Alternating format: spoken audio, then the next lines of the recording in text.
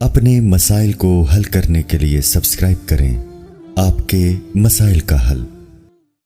یہ بہت زیادہ گرمی ہو رہی ہے، آپ لوگ کو مجھے لگ رہا ہے محسوس ہو رہا ہے۔ ہماری مسجد میں ایئر کنڈیشن بھی نہیں ہے۔ اس پورے علاقے میں نا سب سے غریب مسجد ہماری ہے۔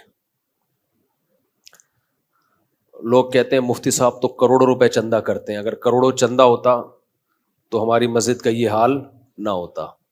باتیں کرنے پر گورنمنٹ کی طرف سے کوئی پابندی نہیں ہے، لوگ پھینکتے رہتے ہیں، اس مولوی کو دیکھو امریکہ جا رہا ہے، فلاں جا رہا ہے، فلاں جا رہا ہے، بہت پیسہ آ رہا ہوگا۔ تو آ رہا ہوتا تو یہ حال ہوتا؟ آپ کہہ سکتے ہو گھروں میں لگا رہا ہوگا مولوی، گھر جا کے بھی دیکھ لو، میرے گھر میں اے سی نہیں ہے ابھی تک۔ خیر اس کی ایک اور حکمت بھی ہے، وہ لگوا دوں گا میں۔ اتنا بڑا مسئلہ ایسا نہ ہو مجھے زکوٰۃ دینا شروع کر دیں، کل اے سی کوئی زکوٰۃ میں لے آئے کہ لگا دو یار، اللہ نے مجھے بہت دیا الحمدللہ۔ اصل میں مجھے 4 جگہ لگانا ہے۔ مسئلہ یہ ہے کہ ہر چیز مجھے 4 سے ضرب دینی پڑتی ہے، اور پھر لگا دیں گے کوئی، اتنا اللہ نے بہت دیا ہے، پھر اس کے بل اس کو کنٹرول کرنا ممکن نہیں ہے، پھر وہ 4 گنا اے سی کا مطلب ڈبل سے ڈبل۔ اللہ نے اتنا دیا ہے وہ بھی ہو جائے گا، لیکن ایک اور حکمت بھی ہے، وہ میں کیوں بتاؤں آپ کو، ساری باتیں کیا میں بتا دوں؟ میں چاہتا ہوں تھوڑا سا مشقتوں کا عادی رہے انسان۔ میں خود بھی رات گرمی میں ہی سویا ہوں، حالانکہ ہمارا جو مہمان خانہ ہے نا، جہاں مہمانوں کو ٹھہراتے ہیں، وہاں اے سی میں نے لگایا ہوا ہے، ایئر کنڈیشن، لیکن میں خود گرمی میں سوتا ہوں۔ کیوں اپنے آپ کو چھوئی موئی بنا رہے ہو؟ زیادہ چھوئی موئی نہ بناؤ اپنے آپ کو۔ اللہ نے مجھے اتنا دیا، جو ظاہر ہے 4 گھروں کو چلا رہا ہو تو کیا وہ اے سی میں نہیں سو سکتا؟ تو دفتر میں ہم نے لگایا ہے، مہمان خانہ جہاں لوگوں کو ہم ٹھہراتے ہیں، جو کوئی بہت دور سے آ جائے، کوئی قریبی رشتہ دار آ جائے تو اس کے لیے لگایا ہوا ہے، لیکن میں خود اس میں نہیں سوتا۔ سو سکتا ہوں میں اس لیے کہ اللہ نے گرمی کا موسم جو دیا ہے نا، وہ گرمی لگانے کے لیے دیا ہے، گرمی سے بھاگنے کے لیے بولو نہیں دیا۔ سردیاں جو اللہ نے دی ہیں، سردی لگانے کے لیے دی ہیں، سردیوں سے بھاگنے کے لیے نہیں دی ہیں۔ تو خدا کا واسطہ اتنے چھوئی موئی مت بنو، انسان کے بچے بنو۔ بہت زیادہ چھوئی موئی بن چکی ہے۔ ابھی جو دیکھو حاجیوں کی اتنی ساری اموات ہوئی ہیں، وجہ کیا ہے؟ اور بھی وجوہات ہوں گی اس کی، لیکن حاجیوں کی بہت ساری اموات کی ایک وجہ یہ بھی ہے کہ ایئر کنڈیشن سے نکلنا ہی لوگوں نے چھوڑ دیا ہے۔ تو یہ پسینہ اللہ نے کیوں رکھا ہے بھائی؟ دیکھو چلتا ہوا دریا جو ہے، چلتا ہوا پانی، وہ فریش ہوتا ہے۔ ہماری باڈی میں نا جب تک یہ چلتی پھرتی رہے گی، مختلف قسم کے فضلات اس کے ہماری باڈی سے مختلف طریقوں سے نکلتے رہیں گے تو فٹ رہیں گے ہم۔ کہیں بھی بریک لگا دی نا، اب اللہ نے مختلف طریقے رکھے ہیں۔ ایک طریقہ ہے پسینہ، اس سے بھی ہماری باڈی فریش ہوتی ہے۔ قبض ہو جائے کسی کو تو ٹینشن میں آئے گا نا، خوراک ہم کھاتے ہیں وہ بھی خارج ہوتی ہے۔ نبی صلی اللہ علیہ وسلم حجامہ کرواتے تھے، مہینے میں ایک دفعہ تھوڑا سا بلڈ نکال دیتے تھے، اس سے بھی ہماری باڈی کیا رہتی ہے؟ فریش رہتی ہے۔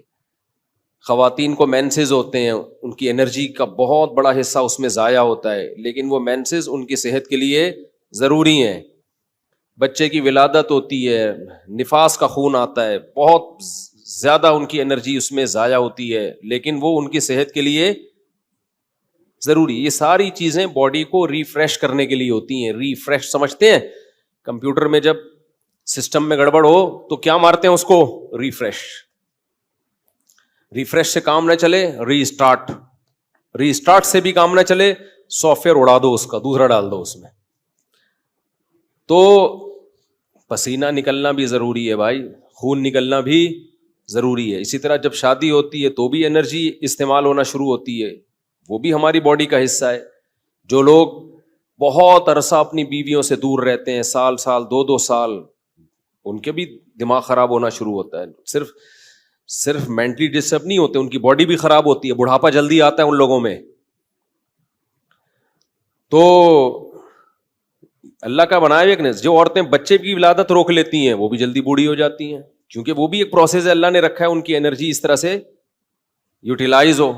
بچے کی ولادت میں, بلیڈنگ میں وہ انرجی یوٹیلائز ہوگی تو باڈی ریفریش ہوگی. اگر وہ انرجی روک لی جائے کہ جی طاقت استعمال نہ ہو جائے کہیں, تو وہ رکنے سے کیا ہوگا؟ ایسا ہی ہے جیسے پانی میں, تالاب میں پانی رک گیا تو پانی کا بیڑا غرق ہو گیا. پرانا پانی نکلے گا تو نیا پانی بولو آئے گا.